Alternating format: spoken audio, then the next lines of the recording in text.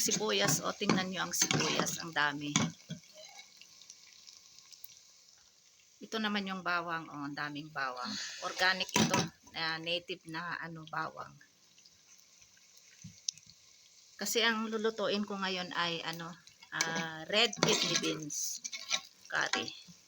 So ito binoil ko ito. Ayan, malambot na ito. Kaya ito naman. Hinaluan ko din ng patatas kasi mas masarap pag may patatas itong red kidney beans curry. Tapos dito ko na lang binoil para save din ng kahoy.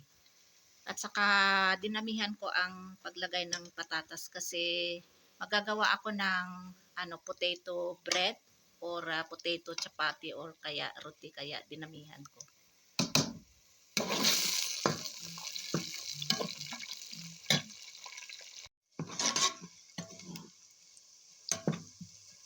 Brown na ang sibuyas at saka bawang. So ilagay ko na itong kamatis.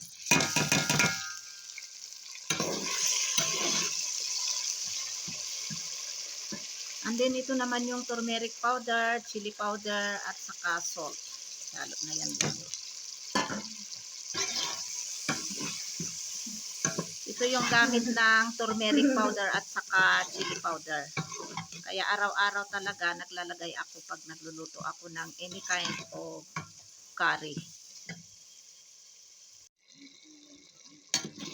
Paste na itong kamatis. Kaya ito ay ibubuhos ko dito. Kasi magsasaing ako ng kanin dito sa kasirola na ito. Kaaakyat ko lang galing sa baba kasi kumuha ako ng labanos. And tingnan nyo itong isa Kasi gagawin ko ito na na salad ba. Yung ihalo ko ay sibuyas, lalamasin ko. Tapos lagyan ng kamatis. Ayan, kumuha din ako ng coriander leaves. Hindi ko pa naahugasan o nalinis. Iniwan ko lang sandali si Fahad kasi umakyat siya dito, nag-almusal, kaya bumaba na si Fahad. Ito ay sibuyas at saka labanos. So lagyan ko ito ng asin. Tapos i-leave ko muna ito ng 5 minutes. Tapos lalamasin ko. Ayan.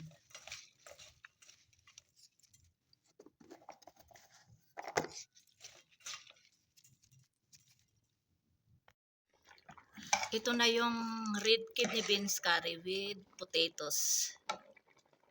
Ayan. So, lagyan ko ng toppings na coriander leaves.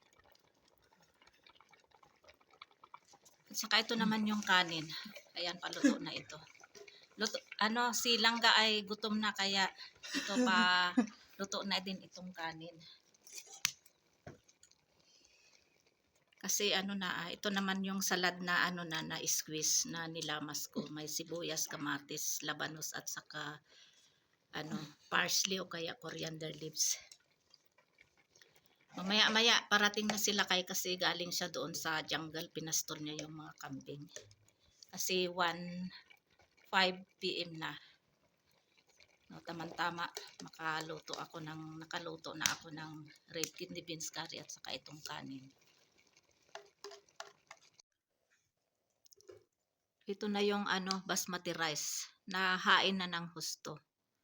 Ayan.